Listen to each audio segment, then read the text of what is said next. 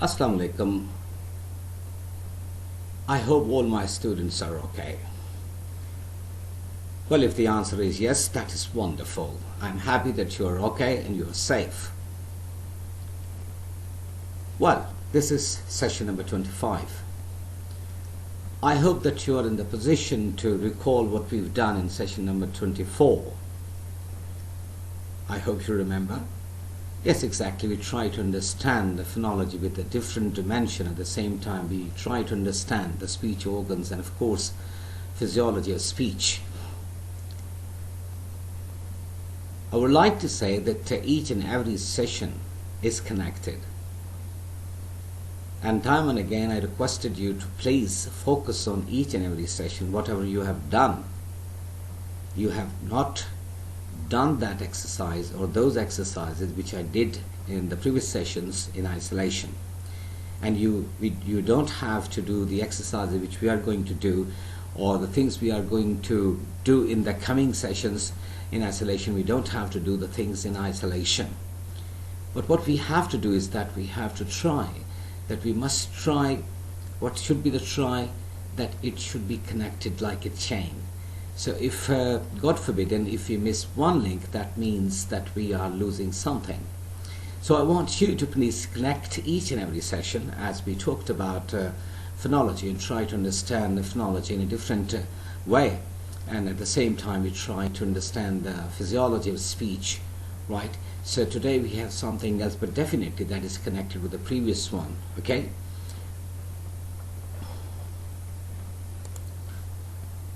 Welcome to session number 25 session. That means that we are now in the middle of our semester, and we have done many things so far as phonetics is concerned, and we have done something or things related to phonology, and definitely we've been talking about suprasegmental phonology or prosody. So the things sometimes they require us to repeat, and I'm trying that in every new session I try to bring something from the previous session, so that we may remind and we may revise the things which need to be revised. Why? Because practice is the most important thing which we have to consider. So session number 25, let's see what we have to do today and what we have to learn, how we have to learn. Well, dear students, today we shall be talking about the vowel sounds. The front, the central, and the back vowel sound. We shall try to learn that how they are produced, why they are called front, central, and back vowel sounds. At the same time, we shall try to understand a bit of difficult areas of phonology, such as combined sounds and physical attributes. At the same time, the translation between languages. These are very important areas when we talk about phonology, and we talk about the English pronunciation or the conversion of one language into other. Alright, so today our topics are to understand the vowel sounds, what are front, what are central, and what are back vowel sounds. At the same time, some of the difficult areas we shall be talking about, such as combined sounds and the physical attributes, as well as the translation between languages. Before we talk anything else, I think it's very important to ask you that do you remember one thing, that English has got 12 sounds so far as pure vowels are concerned, but there are total 44 phonemes we have, and out of 44 traditional phonemes we have 24 consonants, and we are left with 20 vowel sounds. Alright, it is possible that some of you start thinking about the triphthong, but when I say triphthong, you don't have to refer to the technicality of this language, but you have to focus in the beginning, what are the vowel sounds. I still remember that during or close to the last session, that was session number 24, I had a talk about the traditional 44 sounds, and I told you that when you subcategorize the vowel sounds, we are left with 12 pure vowel sounds, and again the subcategories are that we have got 5 long vowel sounds, and we have got 7 short vowel sounds. At the same time, we have got 8 diphthongs, but I'm talking about the pure vowels of English, which are primarily 12. Now, it is written, and let's try to understand this statement, and then we should try to analyze what is written over here. English has 12 vowel sounds, and they are divided into 7 short and 5 long vowel sounds. Of course, this is what I told you, that there are 12 pure vowel sounds, out of which we have got 7 short vowel sounds and 5 long vowel sounds.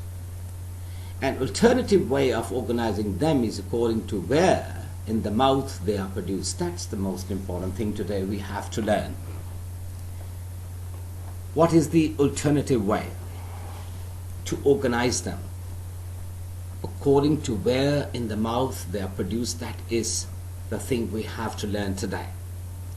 That means the vowel sounds are produced inside our mouth. Think about the consonant sounds of English. Can you recall when we classified the consonant sounds of English? We gave names. We gave class to certain sounds. For example, some of the consonants we call them bilabial.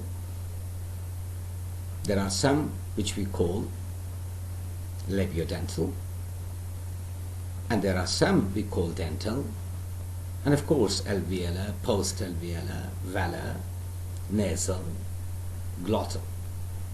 That's very important to understand, that we gave them name according to the articulators involved and according to the structure involved. That's why we were able to classify all consonant sounds of English. But today we have to talk about the vowel sounds of English. We have to find out the way when we organize them according to where in the mouth they are produced. That means we are now in the position to say that all vowel sounds, they are produced where in the mouth. That means we have to talk about the position of our mouth. Are you getting my point? Now, what is that way? If I call this way is a method, it's a methodology, it's an approach. So this method allows us to describe them as front, central, and back. There was a method. For example, when I said bilabial sound, I said there are 3 bilabial sounds and the 4th one is half bilabial. For example, p, b, and m. These are bilabial sounds. I shall be talking about them more in detail, but we gave them this class because of the reason. By applying some sort of method, we tried to close our lips and then we produced p, b, or m. Okay? So same is the case that when methodology, when this method is applied, so we can describe the vowel sounds of English as front, central, or back vowels.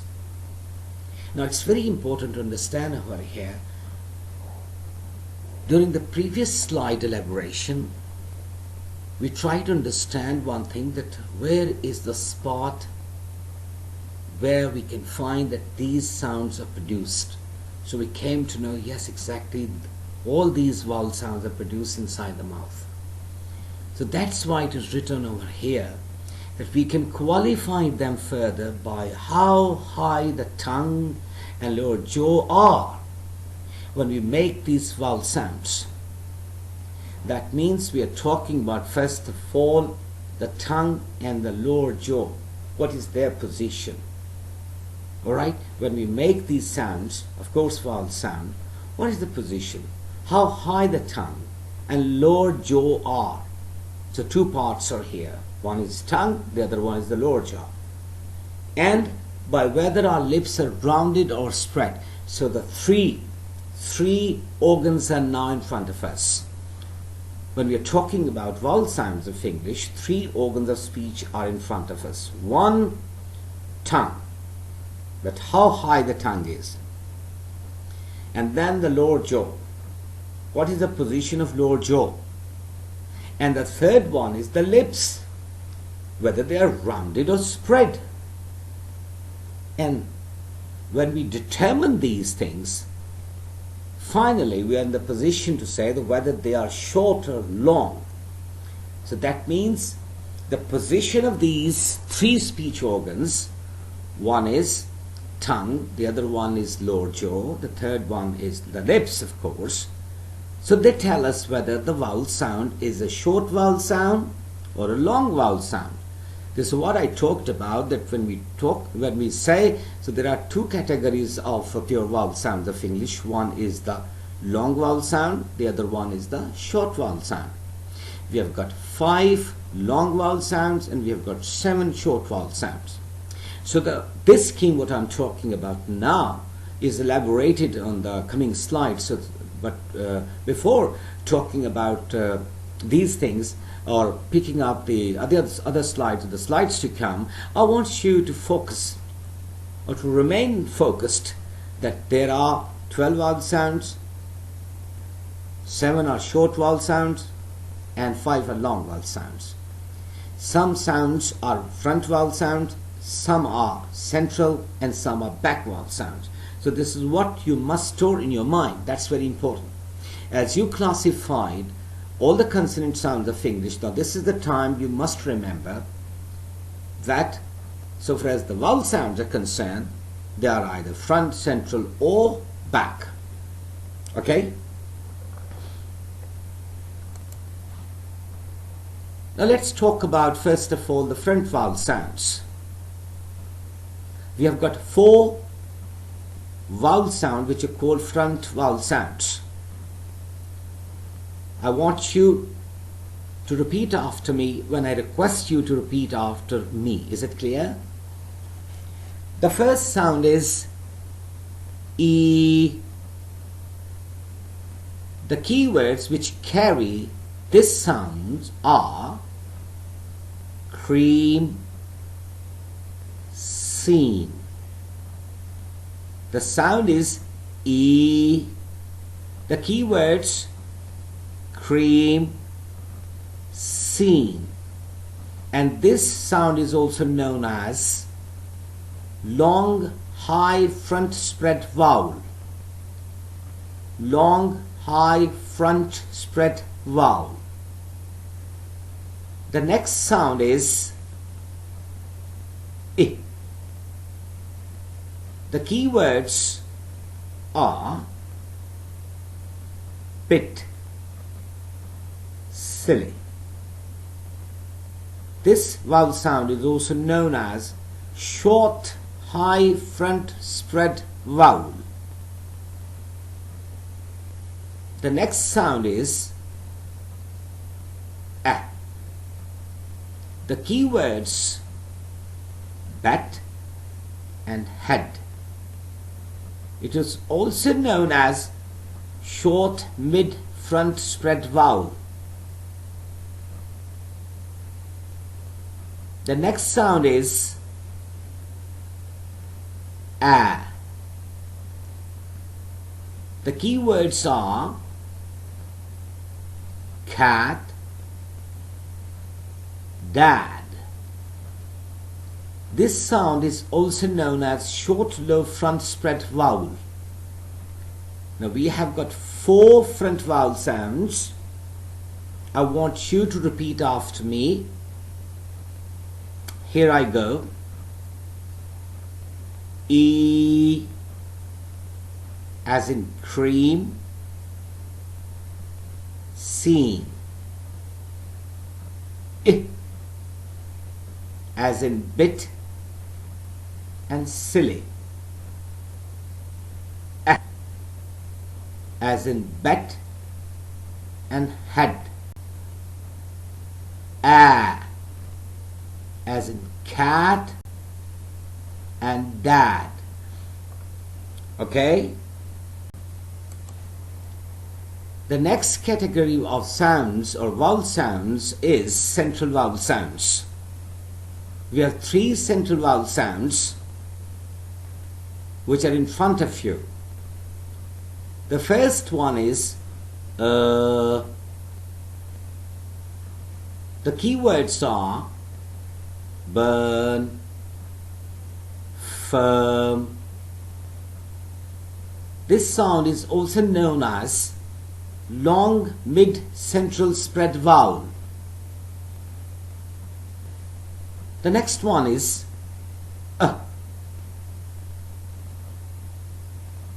The keywords are about, clever. In about, this is the beginning sound, about. In clever, this is the ending sound. Now you must be thinking that why it is not clever. R is dropped. I told you in British English R is dropped where if it is followed by a consonant sound it is dropped, but when R is followed by a vowel sound it is not dropped, and instead of R this sound the central vowel sound, which is also known as schwa, that takes place, and it is very much written over here. The sound is The keywords are about, clever, and this vowel sound is also known as short mid-central spread vowel. The next sound is ah. The keywords are cut, nut, cut, nut. How many vowel sounds which are called central? 3. Yes, I want you to repeat after me.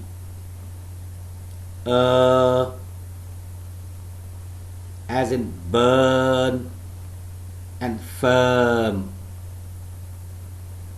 The next is as in about, clever. The next is as in cut and nut. Okay?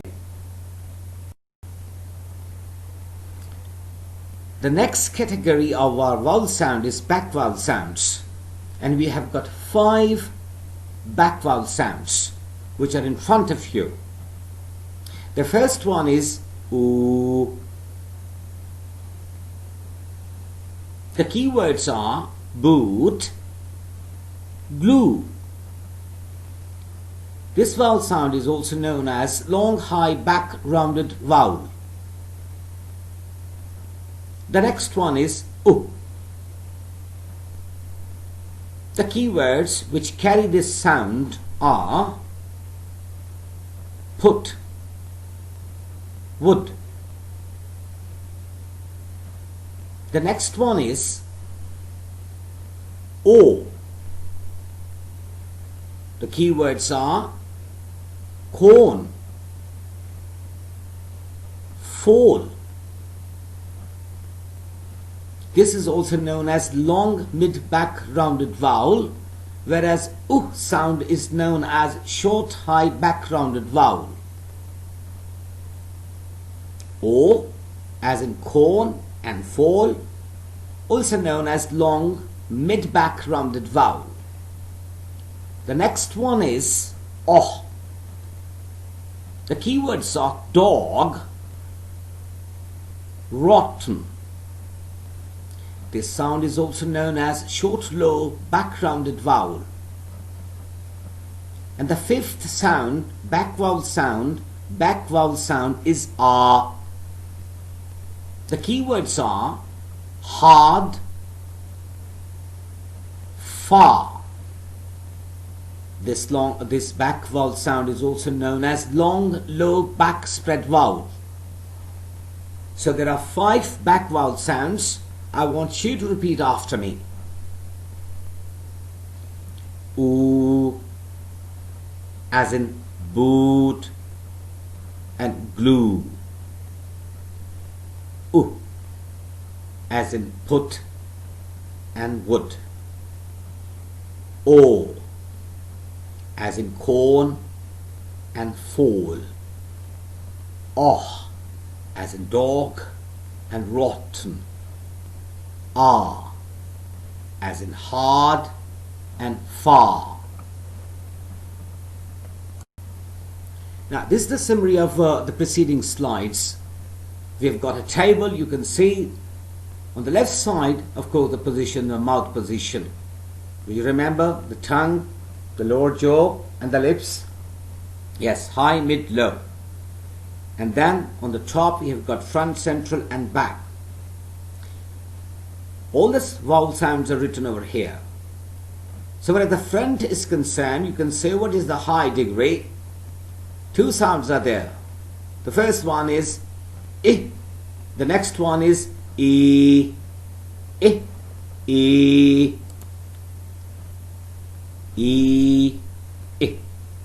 E. I. E is a long vowel sound. I is a short vowel sound. The next one is A. A. And this is a short vowel sound. The next one is A. A.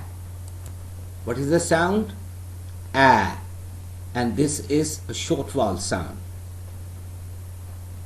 Now let's talk about central vowel sounds. We've got total 3 sounds over here. 2 are in the mid and 1 is the low.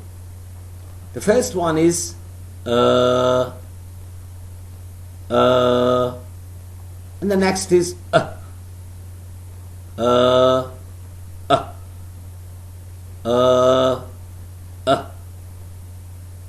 the third one is ah.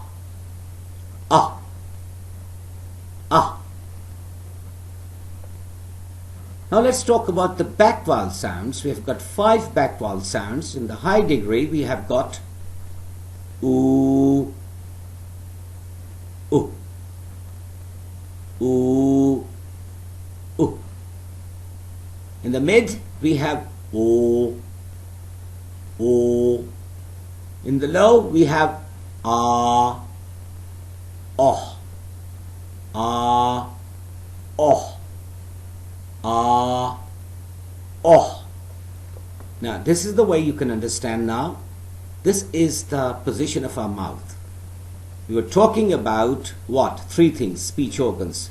We were talking about three speech organs. What are they? Lower jaw, tongue, and lips. Absolutely right. So you can see that is the mouth, human mouth. So what happens when we are producing all these 12 vowel sounds? So right, 12 vowel sounds. 7 are short, 5 are long vowel sound. You can store this picture in your mind. Okay? Now let's talk about some difficult areas of phonology, as I said in the beginning of this session. English is technical language in the sense that there is no match in between the spellings and the pronunciation. This is what I have been talking to you, rather we were trying to understand, and I made a point that please don't try to, number one, follow the English alphabet when you are going to learn English phonology. At the same time, when you are trying to learn English phonemic world or the phonemes of English, of course there are symbols and sound at the same time, there are sounds. It is very important that you don't have to think about the English alphabet, because once you start thinking about English alphabet, what happens primarily that you will be in a difficult position or difficult situation to learn English phonemes. So having said that, it's very important that sometimes there is a confusion among the learners of English, because sometimes for example, the consonants combination that generates some sort of problem for the student. Look at two different alphabet or signs, for example, T and H. What happens in English language? TH is always that is used together. Sometimes TH is producing the sound th, and sometimes it is producing the sound the. You might have seen there are certain words, for example, starting with TH, but they are producing the sound th as thin, alright? But for example, the word these, th. It starts with T and then H, but the sound produced is the. So that's a big confusion sometimes among the learners of English language. My suggestion and my request to all the learners is that we don't have to think about our language when we are learning English.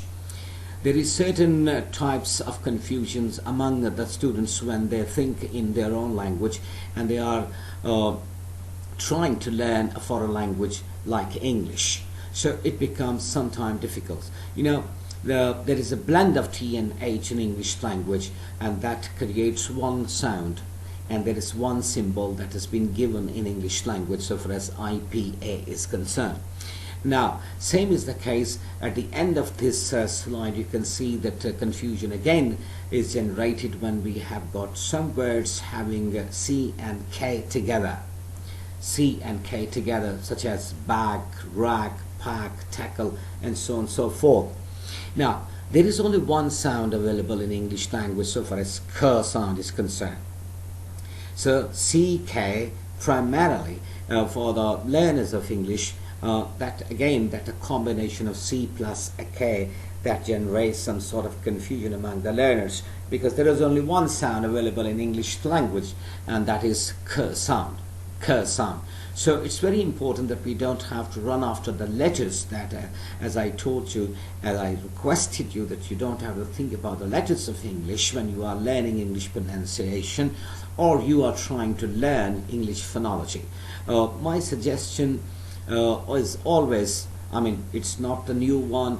I have been suggesting this to you throughout this semester, that please you have to think directly when you are going to learn English language. Time and again, I had a talk with you people to create or generate English speaking environment at in your class at the department. And of course, if you have got students community around you, what you need to do is that you have to go for English language. Why? Because that is the wonderful laboratory when you're talking to your peers, when you're talking to your friends or classmates, right? At the same time, I requested you to record your voice. Why? Because there is always stage fright when we're talking when you're talking in English language. You're trying to speak English among many people. We get confused. Why? Because we don't have that sort of confidence. It's very important, and I think as a student of English language, I feel this is imperative to generate at least English speaking environment for those students whose major is English, and your major is English. That's why I'm emphasizing again and again. So sometimes such type of confusions are occurring so far as the learning system is concerned with regard to language. All right, so combined sounds sometimes create problems for the students. The only way out is that you have to avoid thinking in Urdu or in your own language and think in English, right? Now, this is what I was talking about, that C and K, the combination of this. Now, what happens, in fact, the confusion is there for the learners of English if they are not having English as their first language. So, as the native speakers are concerned, that's not a big problem for them, right? As in the case in Urdu, right? The combination of certain sound, for example, dal he ki bani te, te he ki bani te. So you have got a combination of that, but remember that is not applicable to English language. You have to learn English independently, and you have to create a direct bond with English language. So there could be a confusion. Any person who is learning English and he is trying or she is trying to have the combination of C and K, for example, right? So these are two letters, but so far as the pronunciation is concerned, or so far as the phonemes are concerned, remember there is only one phoneme available in English language. So as soon as he or she, whosoever the learner is, he comes across this kind of combination, there is some sort of confusion. To avoid this kind of confusion, my suggestion to all the students is that you have to make a direct bond with English language. And the most important thing is that you must try to master all the 44 phonemes of English. Once you master them, once you know, alright, this is the symbol of this particular phoneme and this phoneme contains this sound. So half of the confusion is over. Okay? Now, how can we avoid this kind of confusions? For example, we have to apply to understand, if you want to understand this slide, it's very important to understand that there must be a direct bond in between you, of course, the learners, and the target language. Because we are engaged in the physical attributes, right? What we are doing when we are producing sounds, different sounds of English, in fact, we are talking about the physical properties of the mouth region, right? What is the shape of different speech organs inside our mouth? That's very important to understand.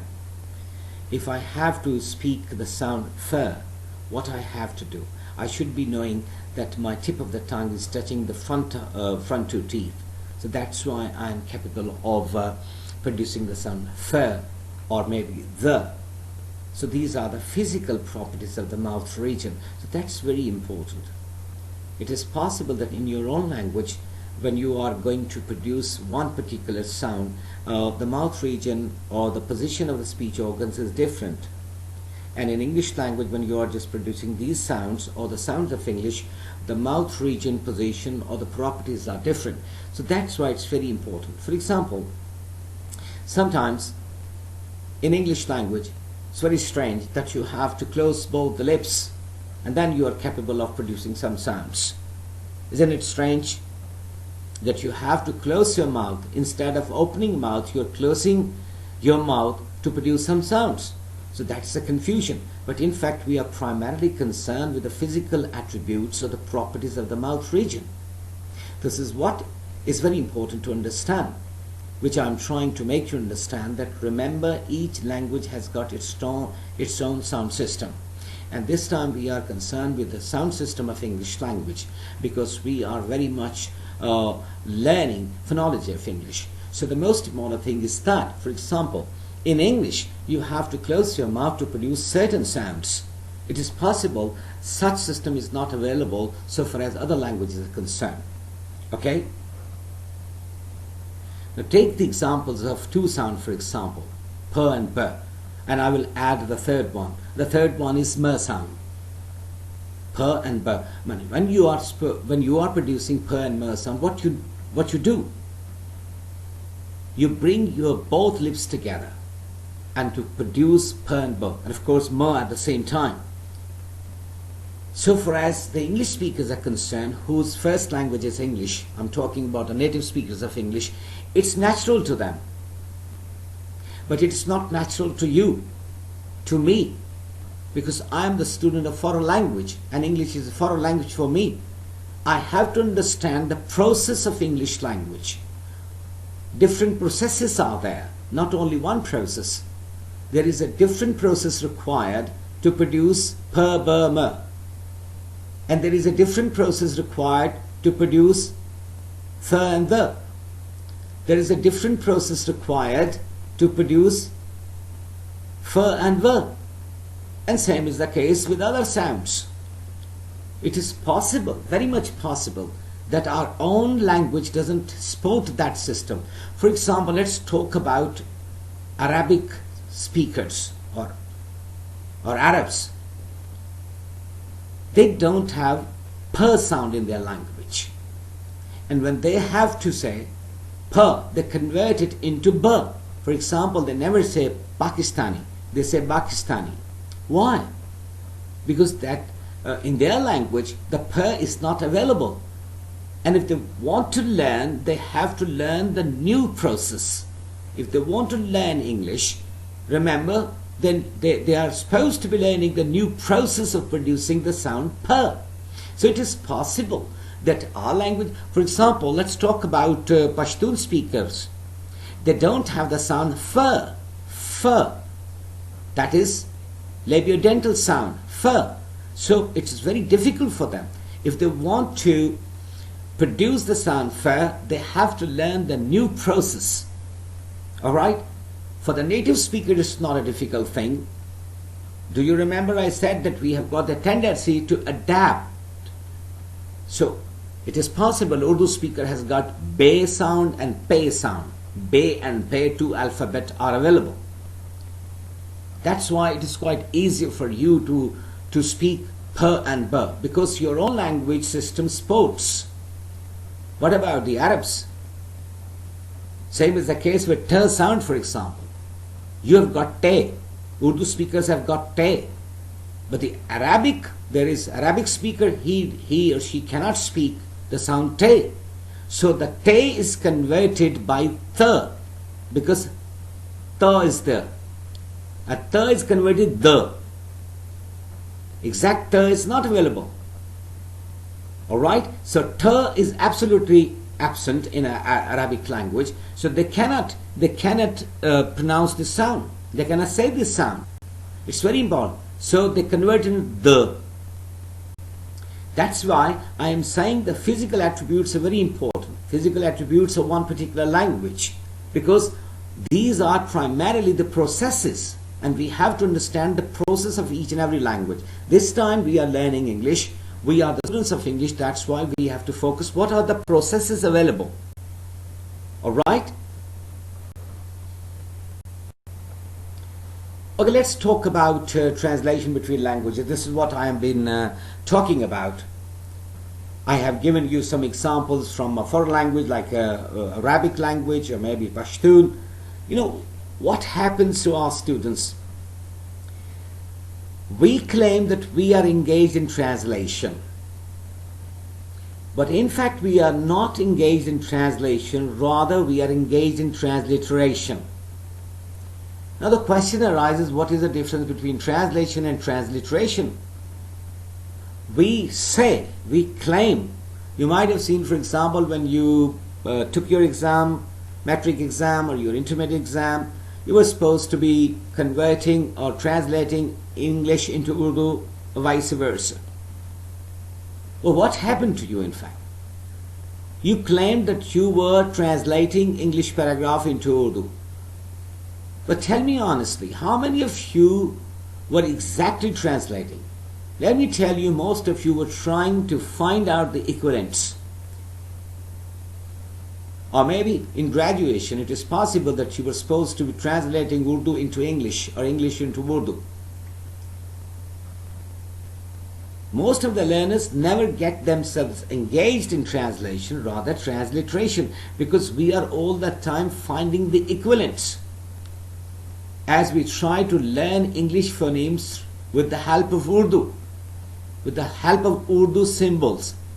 So the things become difficult for the student, for the learner, if there is no direct bond. If you are going to translate English into Urdu, remember you must know English first of all. And you are supposed to be converting the concepts of English into Urdu. The translator is not supposed to be finding the equivalents in his language or her language. No, not at all. So that's why the things become difficult. We're all the time to find comparative study or to make comparative study, comparison and contrast. So that is the wrong way. That is not appropriate approach.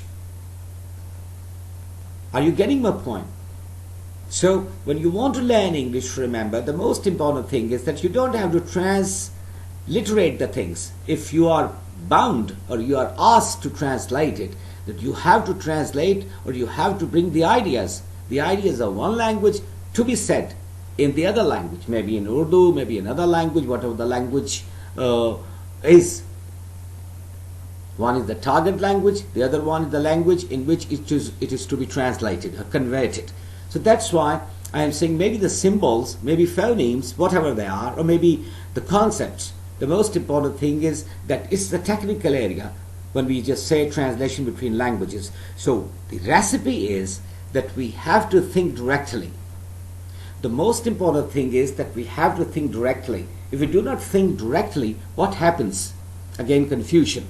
So to avoid confusion, the most important thing is, for example, as I was saying, Never try to write any Urdu symbol or sign when you are learning English phonemes. Number one, you will not be able to write the exact symbol.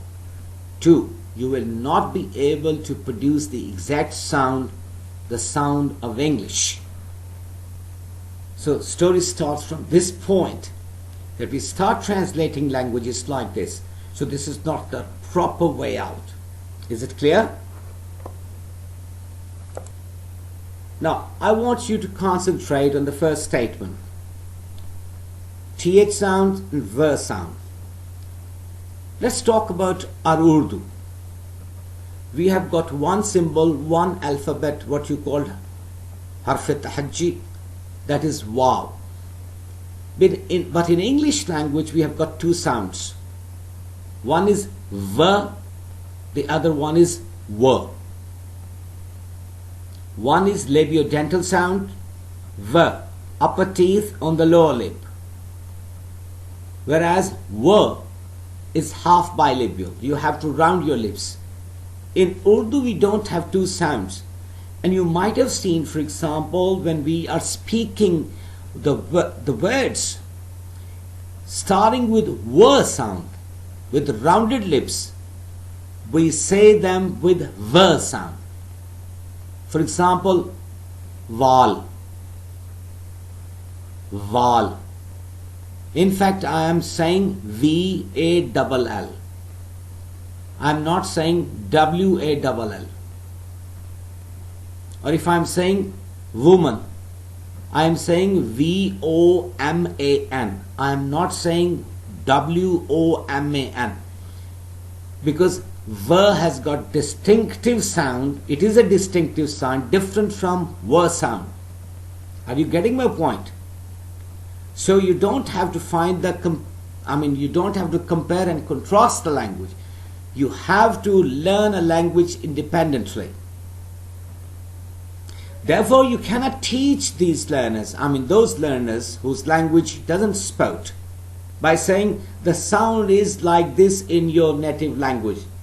This is what is a wrong philosophy, so far as my humble knowledge is concerned.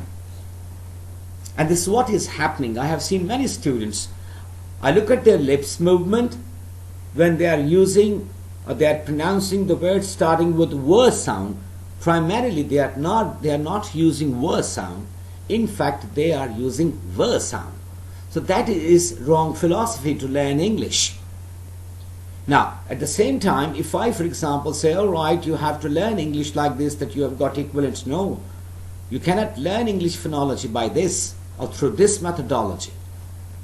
The methodology which is required is the direct methodology to learn English phonemes. Once you learn English phonemes, that means now you can convert them, or you can use them in the words, and the words into phrases, and the phrases into sentences.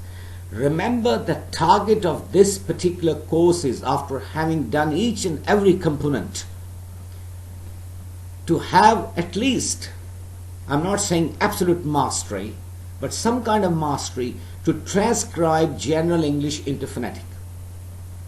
And this is possible only when you know English phonemes, you know each and every symbol, at least 44 phonemes.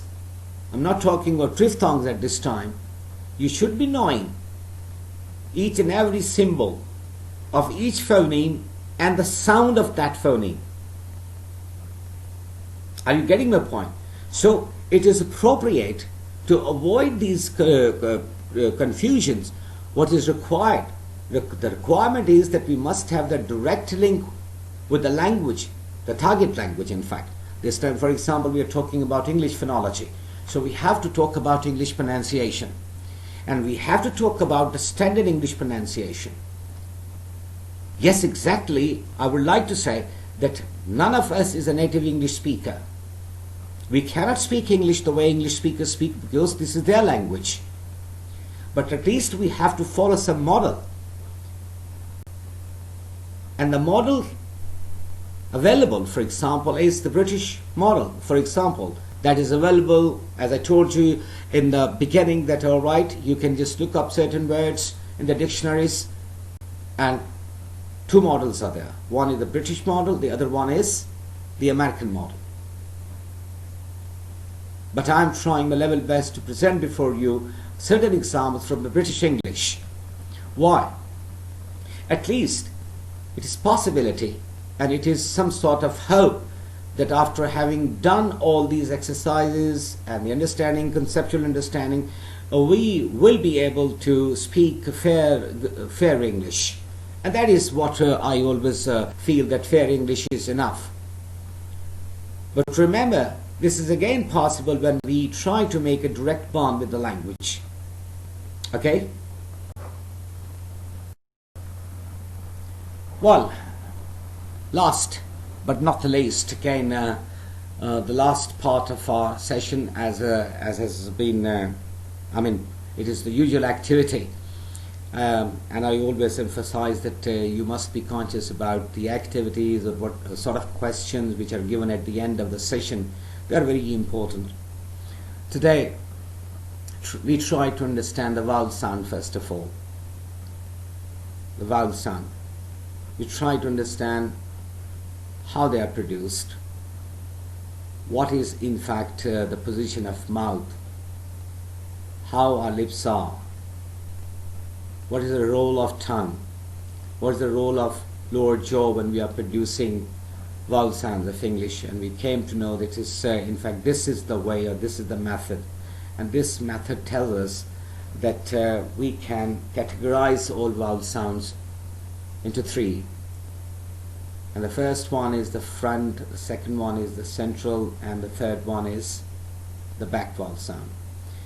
At the same time, we try to learn what are the short vowel sound and what are the long vowel sounds.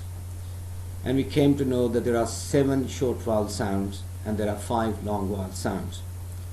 We try to understand through a diagram, rather 2 diagrams, we try to understand what is the position of our mouth when we are producing vowel sounds of English. This time I'm not talking about diphthongs. I have not talked about diphthongs. I did not try to bring diphthongs over here. I simply focused myself on understanding the monophthongs, I mean the single vowel sounds, because it's very important. And I know at the same time, and I told you and I shared with you, that I have seen that some of the learners find consonant sounds quite easier, and there is a quick response, and they can master the phonemes, consonant phonemes, and they can produce the sounds within days. But when we talk about vowel sounds, it takes time, and all the sounds of the vowel sounds, somehow they're close to each other. For example, if you allow me to say e, I, okay, so they're very close to each other. Then ah, oh, ah, then o, u. Am I right? So that's the closeness, in fact, which generates some sort of confusion. Students and the learners, may I say, that they get confused to produce these sounds. So my humble request is that the way out is that you have to record your voice. Time and again, I tried to give demonstration. I was quite slow. I ask you to repeat after me so that you may be able to store all these vowel sounds in your brain. And when you are required, you can write down the sign, and at the same time you are capable of producing the sound. This is my humble request. Time and again I'm saying that please try to write the symbols. Please try to write the symbols. And while writing the symbol, you must try to produce the sound of that symbol. The symbol is very important, that first of all you must be able to write the symbol of each and every phoneme. It is possible, again I'm saying, that so far as the consonant sounds are concerned, they look easier. And I have seen that the students are quite comfortable to understand the consonant sounds of English, especially, they are writing the phonemes of English consonants without any difficulty. But so far as vowel sounds are concerned, number one is that it's difficult to write the phonemes. So I want you to grasp, to master writing the symbols and signs of English vowel sounds, all right? And then when you're writing, my humble suggestion is that you must try to produce the sound at that time. And that's why for today's session, my request to all my students that please analyze all vowel sounds, but the most important thing is that first of all record them and listen to yourself. I hope you shall be engaged in this activity. So thank you very much for this session from my side. Goodbye and good luck. Stay blessed.